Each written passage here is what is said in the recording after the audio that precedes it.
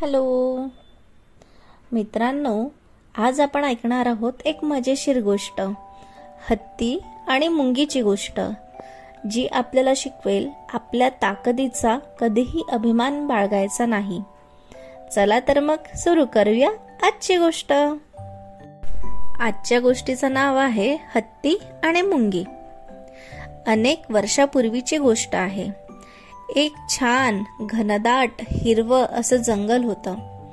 त्या जंगलामध्ये सर्व प्राणी अगदी आनंदाने राहत होते. पण त्या जंगलात एक हत्ती राहायचा. त्याला आपल्या शरीरावर आणि शक्तीवर खूप गर्व होता. मित्रांनो, तुम्ही हत्तीला बघितलंच असेल. किती अवाढव्य असतो तो प्राणी. एके दिवशी काय झाले, हत्ती एकदा रस्त्याने चालला होता. रस्त्यात एका झाडाखाली त्याला एक पोपट बसलेला दिसला व त्याला म्हणाला, मला नमस्कार कर. पोपट म्हणाला, नाही, मी तुम्हाला का नमस्कार करू. हत्तीला खूप राग आला व त्याने पोपट ज्या झाडावर बसला होता ना, ते झाड त्याने आपल्या ताकदीने उपटून टाकले. पोपट खूप घाबरला आणि उडून गेला. आजूबाजूचे प्राणी सुद्धा या सर्व घडलेल्या गोष्टीकडे बघत होते. त्यांना पण खूप आश्चर्य वाटलं आणि हत्तीची खूप भीती वाटली. सर्वांना घाबरलेलं बघून हत्ती खूप मोठमोठ्याने हसायला लागला. संपूर्ण जंगलामध्ये हत्तीचा दरारा हा वाढतच चालला होता. हत्ती आपल्यापेक्षा लहान दिसणाऱ्या प्राण्यांना अगदी खूप त्रास देत होता. एक दिवस काय झाले, हत्ती एका नदीकाठी पाणी पिण्यासाठी गेला. तिथे मुंग्यांचे एक घर होते. एक मुंगी स्वतःसाठी अन्न गोळा करत होती. मित्रांनो, मुंगी तुम्ही बघितली आहे ना, किती छोटीशी असते. ती मुंगी तिथे स्वतःसाठी कष्टाने अन्न गोळा करत होती. हे पाहून हत्तीने तिला विचारले की, ए मुंगी, तू हे काय करते आहे. यावर मुंगी म्हणाली, आता पावसाळा सुरू होणार आहे, तर पावसाळा सुरू होण्याआधी स्वतःसाठी अन्न गोळा करते आहे, जेणेकरून पावसाळा कोणत्याही अडचणी शिवाय निघून जाईल. हे ऐकून हत्तीने काय केले, आपल्या सोंडेत पूर्ण पाणी भरले आणि मुंगीवर ओतले. मुंगी बिचारी हत्तीने आपल्या सोंडेतले सर्व पाणी त्या मुंगीवर ओतले. मुंगी बिचारी धपकन खाली पडली आणि पाण्यामुळे मुंग्यांचे सर्व जेवण खराब झाले. म्हणजे मुंगीनी मेहनत करून जे इतकं अन्न एक एक कण जमा केला होता, त्यावर सर्वांवर हत्तीने पाणी टाकले. हे बघून मुंगीला खूप राग आला आणि तिला खूप वाईट वाटले आणि तिने हत्तीला धडा शिकवण्याचे ठरवले. त्यानंतर काही दिवसांनी एकदा हत्ती झोपलेला होता. मुंगी हळूच त्याच्या सोंडेमध्ये शिरली आणि त्याला आतमधून चावायला लागली. त्यामुळे हत्तीला खूप दुखायला लागले. हत्तीला जाग आला आणि हत्तीला खूप त्रास होत होता.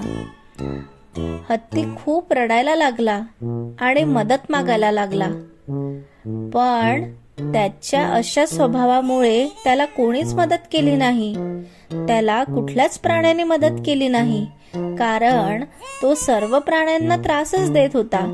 त्यामुळे सर्व प्राणी फक्त हत्तीला बघत होते की त्याला किती त्रास होतोय, पण हत्तीची मदत करायला कोणीही आलं नाही. आता मुंगी हत्तीच्या सोंडेमधून बाहेर आली. हत्तीला खूप त्रास होत होता. हत्ती खूप रडायला लागला. त्याने मुंगीची माफी मागितली. तो मुंगीला म्हणाला, मुंगी ताई, मला माफ कर. कृपा करून माझ्या सोंडेतून बाहेर ये. मला खूप त्रास होतोय. असं म्हणून हत्ती खूप रडायला लागला. हत्तीला खूप त्रास झाला. त्याची विनवणी ऐकून मुंगी आता हत्तीच्या सोंडेबाहेर आली आणि तिने हत्तीला म्हटलं, का रे हत्ती, तू आम्हा सर्वांना, सर्व प्राण्यांना एवढा त्रास देतो आणि आज तुझ्या अशा स्वभावामुळेच कोणी तुझ्या मदतीला आले नाही. हत्तीला त्याची चूक जाणवली. हत्तीने हात जोडले आणि मुंगीची माफी मागितली आणि त्याने मुंगीला सांगितलं की यानंतर मी कधीही कुठल्याही प्राण्याला त्रास देणार नाही. आणि सर्व प्राणी खूप आनंदी झाले, कारण आता हत्तीला हा चांगलाच धडा मिळाला होता की आपल्यापेक्षा आकाराने छोट्या असलेल्या प्राण्यांवर आपण अत्याचार नाही करू शकत, आपण त्यांना त्रास नाही देऊ शकत. आणि हत्तीने मुंगीची माफी मागितली. सर्व प्राण्यांनी मुंगीचे आभार मानले. आता हत्ती पूर्णपणे बदलला होता आणि त्याने असं ठरवले की मी आता कोणालाही त्रास देणार नाही आणि सर्वांची मदत करेल.